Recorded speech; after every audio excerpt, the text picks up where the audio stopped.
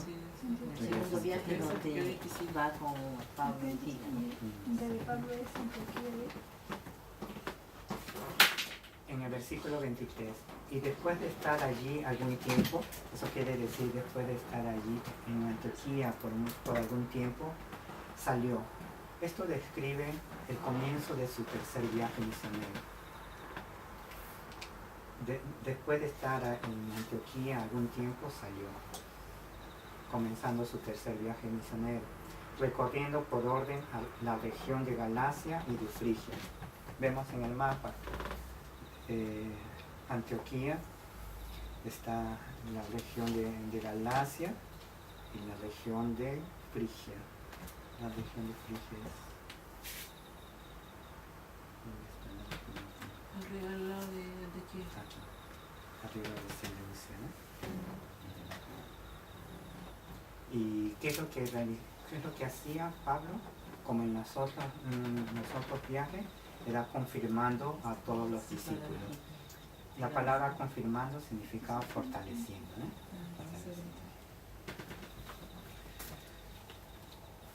De ahí llegamos al versículo 24. A partir del versículo 24 hasta el versículo 28 vemos un paréntesis en el viaje de Pablo, de su tercer viaje misionero. Y sí, aparece un gran hombre de Dios. Apolos es el diminutivo de Apolonio, ¿no?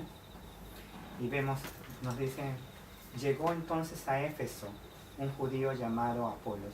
Mientras Pablo ha salido de Éfeso, ha regresado a Jerusalén y se ha dirigido a Antioquía, y de Antioquía comienza su tercer viaje misionero. En ese medio tiempo hay una persona que es llevado por Dios a Éfeso. Dice, llegó entonces a Éfeso un judío llamado Apolos, natural de Alejandría. Alejandría se encontraba en Egipto, está en el mapa también, aquí en Egipto. Era la mayor ciudad, era la segunda mayor ciudad de todo el Imperio Romano, donde se encontraba también la segunda mayor universidad. La mayor universidad estaba en Atenas, ¿eh? La segunda mayor universidad del Imperio Romano era en Alejandría.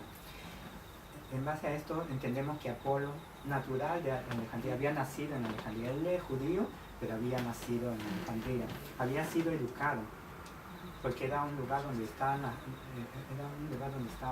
uno de los mayores centros, ¿no?, académicos de la época, ¿no? Y vemos cómo es que le describe la palabra de Dios a Apolos: varón elocuente. Eso significa que era poderoso en palabra, era un varón elocuente en palabra y en ideas también. Era una persona muy educada, era una persona erudita, ¿no? Y aquí lo describe, es la única persona en todas las escrituras que es descrito de esta manera. Apolos es la única persona poderoso en las escrituras. Sabemos que la persona que ha pasado aquí en la tierra, la persona más poderosa en las escrituras es el Señor Jesucristo. Exacto, ¿no? Y Apolo es la única persona, sabemos, excluyendo a nuestro Señor Jesucristo, porque nuestro Señor Jesucristo es nuestro Señor Jesucristo, ¿no?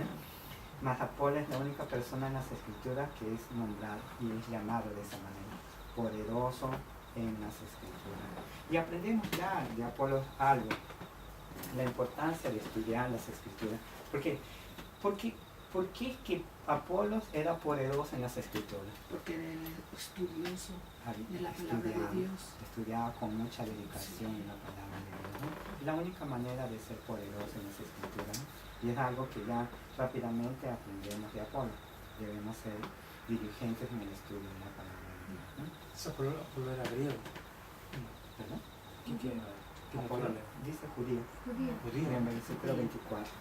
Pero todavía no era creyente. Llegó entonces a Éfeso un judío llamado Apolo. Vamos a ver, ¿cómo es que él podía ser poderoso en las escrituras? Sí, creía. Él creía así, pero vamos a ver qué es lo que sucede. Es considerado Apolo, en este momento en que llega aquí a Éfeso, él era un convertido, pero como eran convertidos en el Antiguo Testamento, ¿no? En el versículo 25, este había sido instruido en el camino del Señor, es decir, que conocía al Señor, Y vemos aquí, y siendo de espíritu fervoroso, ¿no? Eso significa que era entusiasta, ¿no? Siendo de espíritu fervoroso, hablaba y enseñaba diligentemente lo concerniente al Señor. Enseñaba diligentemente significa con precisión. Es de la manera que Pablo le dice a Timoteo y a nosotros, ¿no? Que nos presentemos como obrero aprobado por Dios, que usa bien la palabra de verdad, ¿no? Y es de la manera que Apolos lo hacía, de una manera diligente, ¿no? Y vemos aquí, ¿por qué es que pensamos, por qué es que sabemos que era una persona que era creyente conforme al Antiguo Testamento? Porque aunque solamente conocía el bautismo de Juan. Juan llamaba, el bautismo de Juan era un bautismo de agua aceite, era de arrepentimiento, ¿no? El bautismo, por ejemplo, en nuestro Señor Jesucristo, El Espíritu. nuestro Señor Jesucristo vivía bautizado en agua y en el Espíritu, ¿no? El bautismo que nosotros realizamos ahora es en la fe de nuestro Señor Jesucristo, porque nosotros confesamos públicamente que creemos en nuestro Señor Jesucristo. Es diferente al bautismo de Juan, porque era el bautismo para qué, porque Juan no había sido llamado para preparar el camino del Mesías, ¿eh? Para que las personas se arrepientan y estén atentos a lo que nuestro Señor Jesucristo estaba predicando. Y Juan describió a nuestro Señor Jesucristo como el Cordero de Dios que quita el pecado del mundo, ¿no? Lo estaba mostrando como el Mesías, ¿no? Como el Mesías, ¿no? Más hay una diferencia en el bautismo de Juan con el bautismo después de nuestro Señor Jesucristo, inclusive. Yo los bautizo con agua, pero el que viene los bautizará en el Espíritu. ¿No? Más estamos hablando del bautismo de aguas, el bautismo de agua, ¿no? Que es diferente al bautismo en el Espíritu, ¿no? Sí. ¿Es diferente o no es diferente? Es diferente, sí. Entonces vemos una diferencia en el bautismo de Juan con el bautismo que es en el nuevo pacto, ¿no? Versículo 26. Perdón, ¿qué pasa? Si tienen alguna pregunta, ¿Ah? Mesías también como Es para que no se duerma. yo estoy con calor. El bautismo del Espíritu, ¿cómo es? Hemos visto en el día de Pentecostés, ellos recibieron la promesa, ellos fueron bautizados del Espíritu. ¿Cómo es que nosotros somos bautizados con el Espíritu en este tiempo, en el nuevo pacto? Lo vimos esa vez. Habiendo oído y creído. Habiendo oído y creído. Sí, hemos sido sellados. Cuando nosotros creemos, nos arrepentimos y creemos. Y allí cuando Dios nos convierte, que somos bautizados, porque somos insertados en el cuerpo de Cristo, ¿no? Somos sellados, ¿no? Por el Espíritu de la promesa, ¿no? Solamente que en el día de Pentecostés recordamos qué es lo que había sucedido. Era la transición entre el antiguo pacto y el nuevo pacto, ¿no? Nuestro Señor Jesucristo les había prometido y fue cumplido en el día de Pentecostés, ¿no? Entonces esa es la diferencia entre el bautismo de agua, porque después que hemos sido bautizados en el Espíritu, que pasamos por el bautismo de agua, confirmando que nosotros creemos en nuestro Señor Jesucristo, ¿no? Confesando públicamente que nos dimos al mundo y vivimos para Cristo y para servir a Porque si ponemos en meditar el bautizo de Juan el Bautista, aún nuestro Señor Jesucristo no había sido crucificado y la iglesia no estaba fundada, ¿no? Porque es a través del cuerpo del Señor Jesucristo que la iglesia es El aire.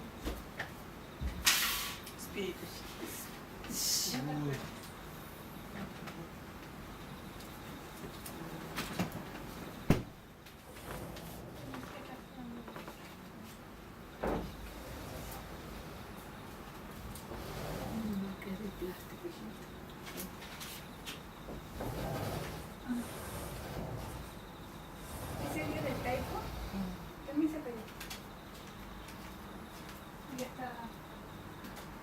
aquí que está sobrepuesto, Ana.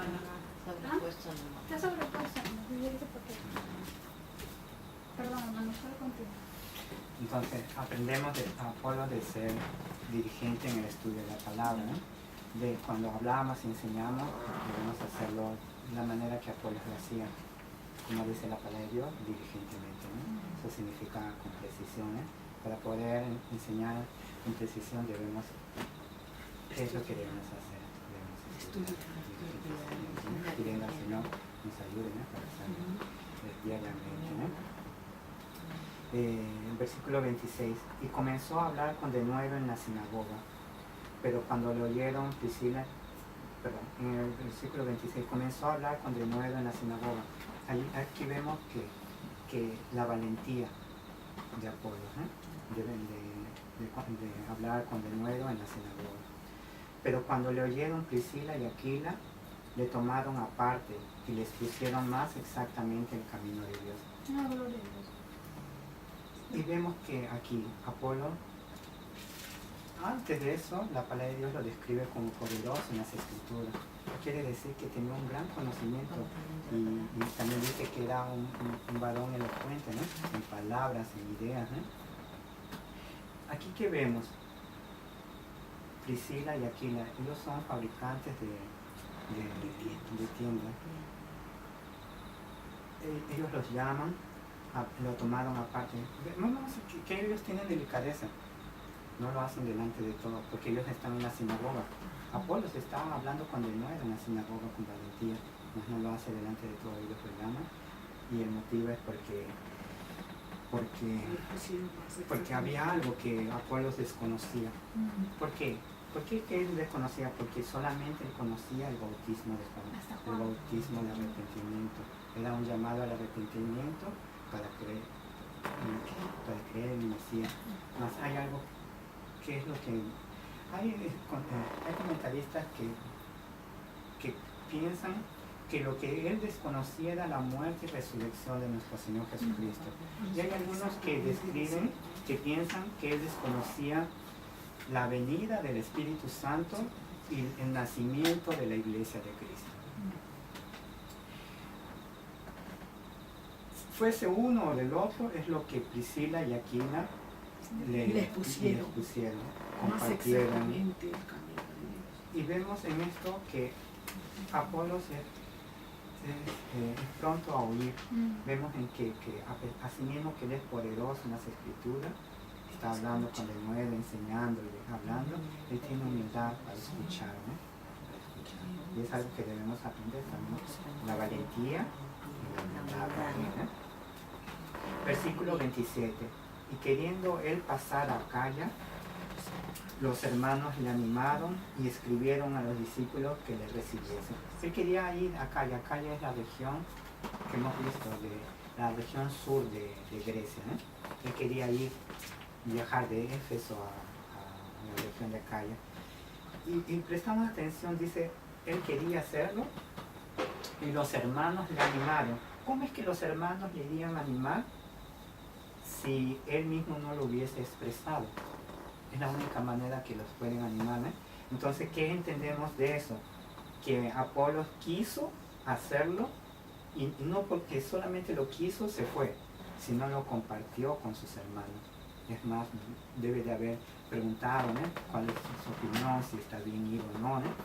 Vemos que él que nos enseña aquí, ¿qué actitud él está teniendo? Sumisión. Sumisión. Y estos hermanos le animaron y escribieron, mandaron una carta, y vamos a ver en la próxima semana que Apolo se va a Corinto. Pablo llega a Éfeso y Apolo se va a Corinto. Y los hermanos de aquí de Éfeso escriben una carta recomendando a Apolo. ¿A quiénes? A los hermanos de Corinto. ¿Para qué? Para que le escuchasen, ¿eh? Y luego dice, y llegando él allá, fue de gran provecho a los que por la gracia habían creído. Vemos de nuevo la soberanía de Dios. Los que creen es por la gracia de Dios, porque han sido escogidos por Dios, ¿eh? Y Apolos entendemos que él está enseñando y hablando la palabra de Dios, y esto fue de gran provecho. ¿Qué significa de gran provecho? que fue la edificación para la iglesia, edificación para la iglesia, ¿no? Cuando vemos en las escrituras que habla de dones, de personas que son dados como dones a la iglesia y de dones que son dados a cada uno de nosotros conforme el Espíritu quiere dar, ¿no? Y esos dones son para usarlos, ¿para qué? Dios dice justamente para la edificación de la iglesia, para glorificar a Dios y para la edificación de la iglesia. Y aprendemos esto de Apolo, que él usa los dones que Dios le ha dado, ¿para qué? Para que sea de provecho para la iglesia, ¿no? Para la edificación de la iglesia, para la gloria de Dios y para la edificación de la iglesia. Y concluimos en el versículo 28. ¿Por qué? Porque con gran vehemencia refutaba públicamente a los judíos, demostrando por las escrituras que Jesús era el Cristo. De la misma manera que Pablo lo hacía por las escrituras, por el Antiguo Testamento, por la palabra de Dios, les mostraba a los judíos que Jesús era el Mesías, es el Cristo y es el Mesías esperado, ¿no? Vemos cuántas cosas que en este pasaje aprendemos de Apolo. Aprendemos que debemos ser diligentes en el estudio de la palabra. Debemos ser como Apolo, de espíritu fervoroso. Eso quiere decir entusiasta, ¿no? Entusiasta, dispuesto a hacer la obra de Dios, ¿no? Cuando Dios dispone de que hablemos la palabra de Dios, que sea diligentemente. Para poderlo hacer necesitamos estudiar diligentemente también la palabra de Dios, ¿no? Ser humildes, como nos muestra Apolo, ¿no? Prontos a escuchar, ¿no? Hablar con denuedo, ser valientes como Apolo, ¿no? Ser sumiso, ¿no? De la manera que Apolo, cuando quiso ir a Acaya, lo consultó con los hermanos, ¿no? Y usar nuestros dones, los dones que Dios nos ha dado para la edificación de la iglesia, para la gloria de Dios y para la edificación de la iglesia, ¿no? ¿Priscila era italiana? Priscila, lo que la palabra de Dios dice que Aquila era judío, no dice de dónde era Priscila. Priscila es un nombre que era común en Italia. Pero lo echaron de Roma, porque ya estaba con Aquila. Sí, pero no se sabe exactamente, pero puede ser que sea judía porque los judíos Se casaron con la mayoría, ¿no? Porque el no casarse con una judía iba en contra de la palabra de Dios. Vimos una excepción que la mamá de Timoteo, ¿no? Se había casado con griego. ¿Por qué las escrituras ponen primero Priscila y Aquila? Sí. En un primer momento vemos en el versículo 2 es nombrado Aquila y Priscila, como siempre es nombrado, pero más adelante sí, se invierte. Cuando en el versículo 18 dice Priscila y Aquila, cuando van juntos con Pablo a Éfeso, ¿no? Cuando hemos visto que ellos hablan con Apolo, también dice Priscila y Aquila. Y hay 3 lugares más que menciona primero a Priscila y Aquila. Se piensa que es por 2 motivos que son probables, no fundamentales, probables, porque las escrituras no nos dice detalladamente, ¿no? El primero, que puede ser por un motivo social, y el segundo motivo es que puede ser que Priscila era más instruida en la palabra de Dios, y la mayoría de los comentaristas piensan que ese es el motivo. Por eso que la escritura de Dios muestra a Priscila, primera Priscila, porque vemos que en un primer momento era Bernabé y Pablo. No, Bernabé y Saulo, hasta que llegó un momento en que fue Pablo y Bernabé. Y en ese tiempo, cuando hablamos sobre eso, vimos que de lo que quien era el líder era Bernabé, pasó a esa lideranza de Bernabé a Pablo, ¿no? Porque Pablo era apóstol, ¿no? En las escrituras hay muchas personas que usan esto para decir que una hermana puede ser pastora, ¿no? Porque dice que la palabra de Dios nos muestra a Priscila primero que Aquila. Más en otras partes de las escrituras vemos que la palabra de Dios nos enseña que la función de pastor es para el varón, ¿eh? Eso no significa que una mujer no pueda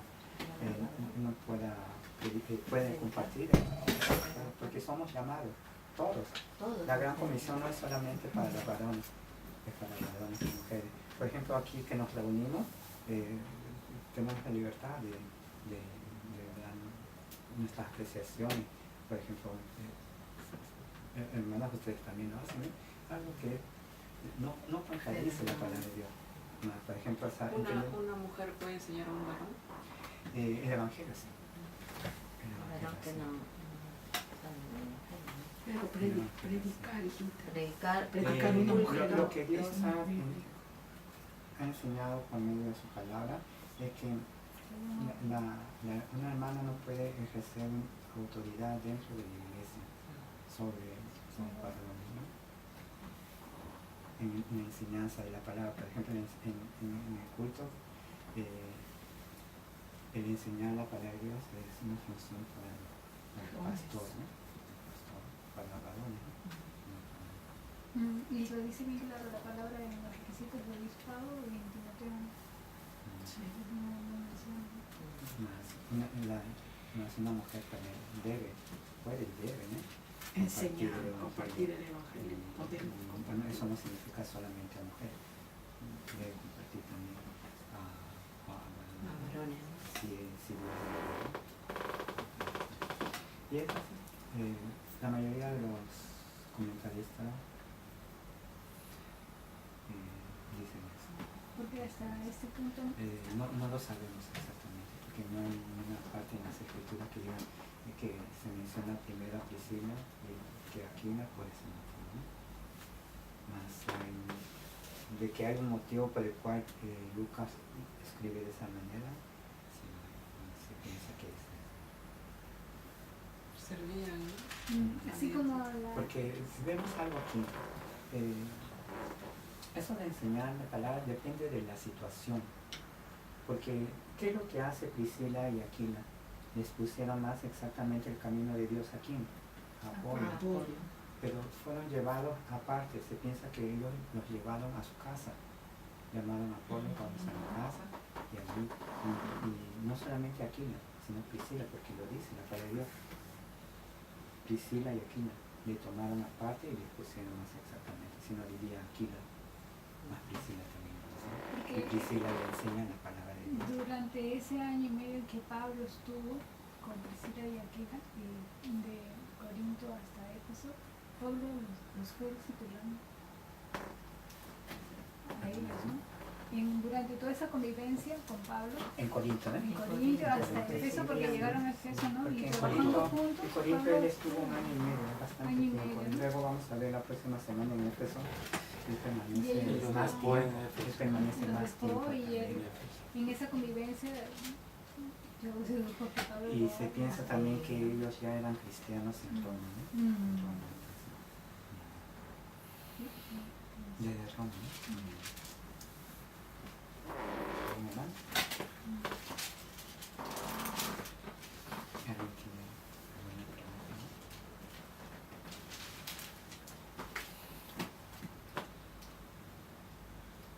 de Apolo era un judío, ¿no? En el curso lo dice, pero no había tenido la predicación de Pablo ni de Pedro, ¿no? Pero había sido enseñado, ¿no? En un nivel específico, No lo dice la palabra de Dios, ¿No? ¿no? Lo que dice que él es original de Alejandría. original de Alejandría. En Alejandría es una ciudad que en la época de Pablo se piensa que había más de 1 millón de judíos. Es una ciudad en que albergaba muchísimos judíos, 1 millón de judíos. Si mencionamos que en Corinto con 200.000 personas era considerada una gran ciudad, 1 millón de judíos en Alejandría. ¿Cuántos gentiles había, no? ¿Cuántos gentiles había? Después de que En una ciudad conoces todos, y con una comunidad de 1 millón de judíos, y lo que significaba Alejandría, que era un centro cultural, cómo es que fue educado Apolo, en su de su niñez hasta que salió, ¿no? De Alejandría. No se sabe si él fue directamente de Alejandría a Éfeso o él estaba en otro lugar, ¿no? O él permaneció en otro lugar antes de llegar a... Que le estaba de pasada a Efeso para ir a Acaya, ¿no? Él estaba rumbo a Acaya. ¿Sí? Lo que entendemos en base a lo que hemos leído es que él se va a Éfeso y en Éfeso que quiso ir a Acaya. Él describe la palabra de Dios que él quiso ir. Entendemos que él quiso ir en ese momento. Eso significa que su viaje no era programado de Éfeso a Corinto, ¿no? Sino que en Éfeso quiso ir, y por eso que consultó con los hermanos, ¿no? Y destacamos eso, la sumisión, ¿no? La ¿Y sumisión como que judío tuvo. qué hacían en Alejandría? En el tiempo de la dispersión, los judíos fueron a todas las ciudades, Fueron a dispersados. todas las ciudades, y allí se congregó una gran comunidad de judíos, que en la época de Pablo era más de 1 millón de judíos, ¿no? Su tercer viaje fue más largo, ¿no? Su tercer viaje fue un poco más largo, Bastante. casi igual que el segundo, ¿no? Casi igual. O más peligroso porque están en el mar. Un poco más largo porque él regresa, ¿eh? Él regresa por tierra, ¿eh?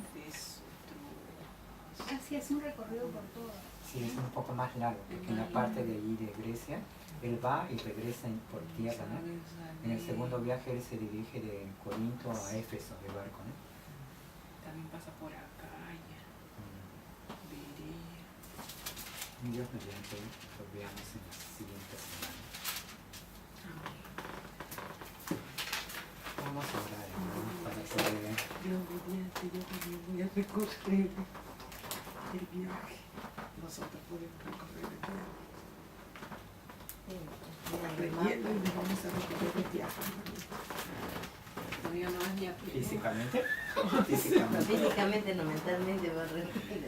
Todavía no vas a Perú más de Pero va a 20 ser bien difícil compartir el evangelio en esos lugares, nadie habla español ahí.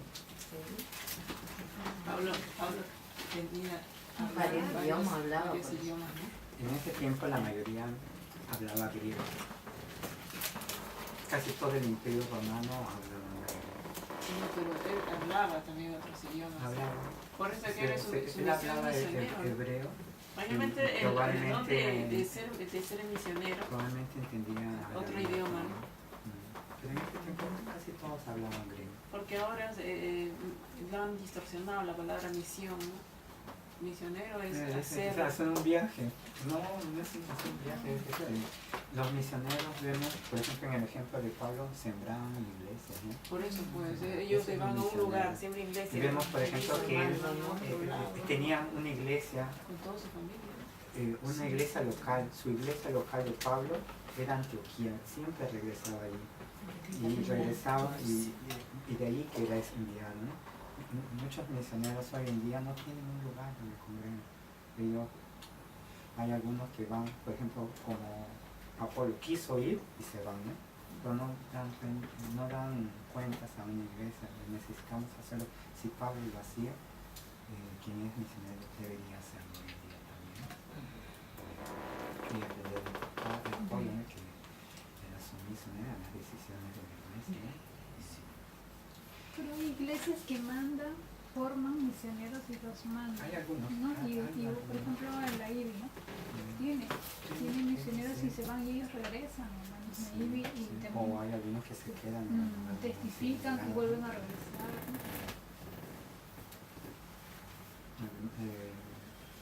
Aunque el de Paul Washington no es una iglesia, es una institución. Claro que hay, ¿no? claro que hay. Puede ser una institución misionera, ¿no? Ellos le dan todo el apoyo, ¿no?